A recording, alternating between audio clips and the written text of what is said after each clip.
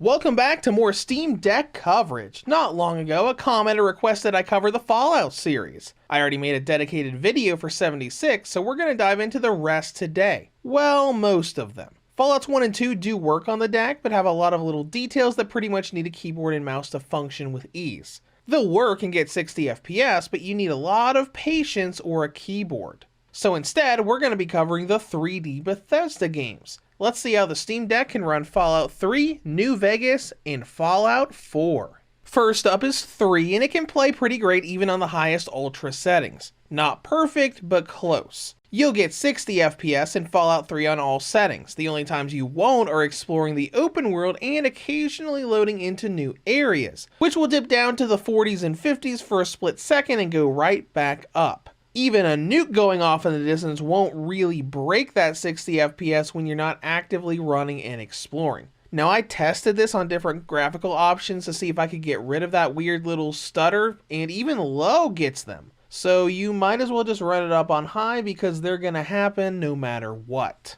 Next up is New Vegas, Minigamer's favorite of the franchise with its factions and everything that was different. But the results here for performance are very similar to 3. On pretty much any setting, you will get a smooth 60 FPS whether you're fighting or roaming around, but we'll have these random little stutters when exploring the open world or wandering the busier landmarks like the New Vegas Strip. Unlike 3, however, lowering settings will help this. On Ultra, I get frequent dips into the 50s when wandering around the Strip, while Medium has dips into the high 50s and far less often. You can't completely get rid of them, but can reduce them by having a few more jaggies on screen. And finally, we have Fallout 4, what many call the last good game of the series, and at least the last single-player main series game so far. We can also get some pretty good but not perfect results here. By default, the game wants you to use low settings, and this is what I'd recommend as well. Pretty much any setting can net you above 30 FPS, which is what the PS5 will currently net you until the game's next-gen console update sometime this year. But to test, I was using the Nora Companion mod to have Nora as a follower and swap main character dialogue between her and the player character during story sequences, and that's the only mod I was using. And for the tests, I did exploration in the open world as well as going to Diamond City, pretty much ground zero for frame drops with how absurdly busy the location is. Most areas of the open world will get you 60 FPS, though some of them will have you fluctuate between the 40s, 50s, and 60s. It really just depends on how much is around you.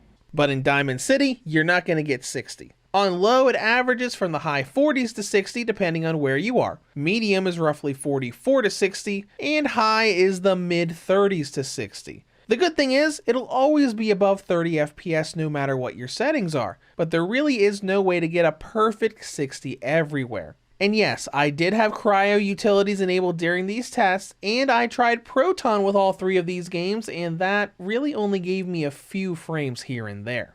But regardless, this is a pretty good turnout with performance. I mean, you can't crank up all these games to max and get a locked 60, but you can get way better than PlayStation can for any of them right now.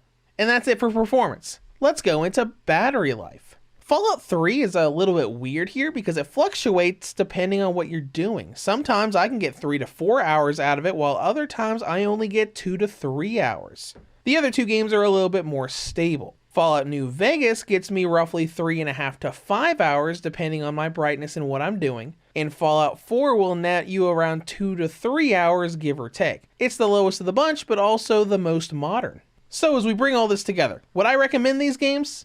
I would. You don't get perfect results, but they're all very good. Gamepad support works well in all of them too, making it feel just like the old console versions, but smoother, faster, and the ability to pull up an on-screen keyboard to put in console commands. And that's all I have for you today. I'll be back soon with more Steam Deck coverage and reviews. As always, thank you for watching, and have a great day.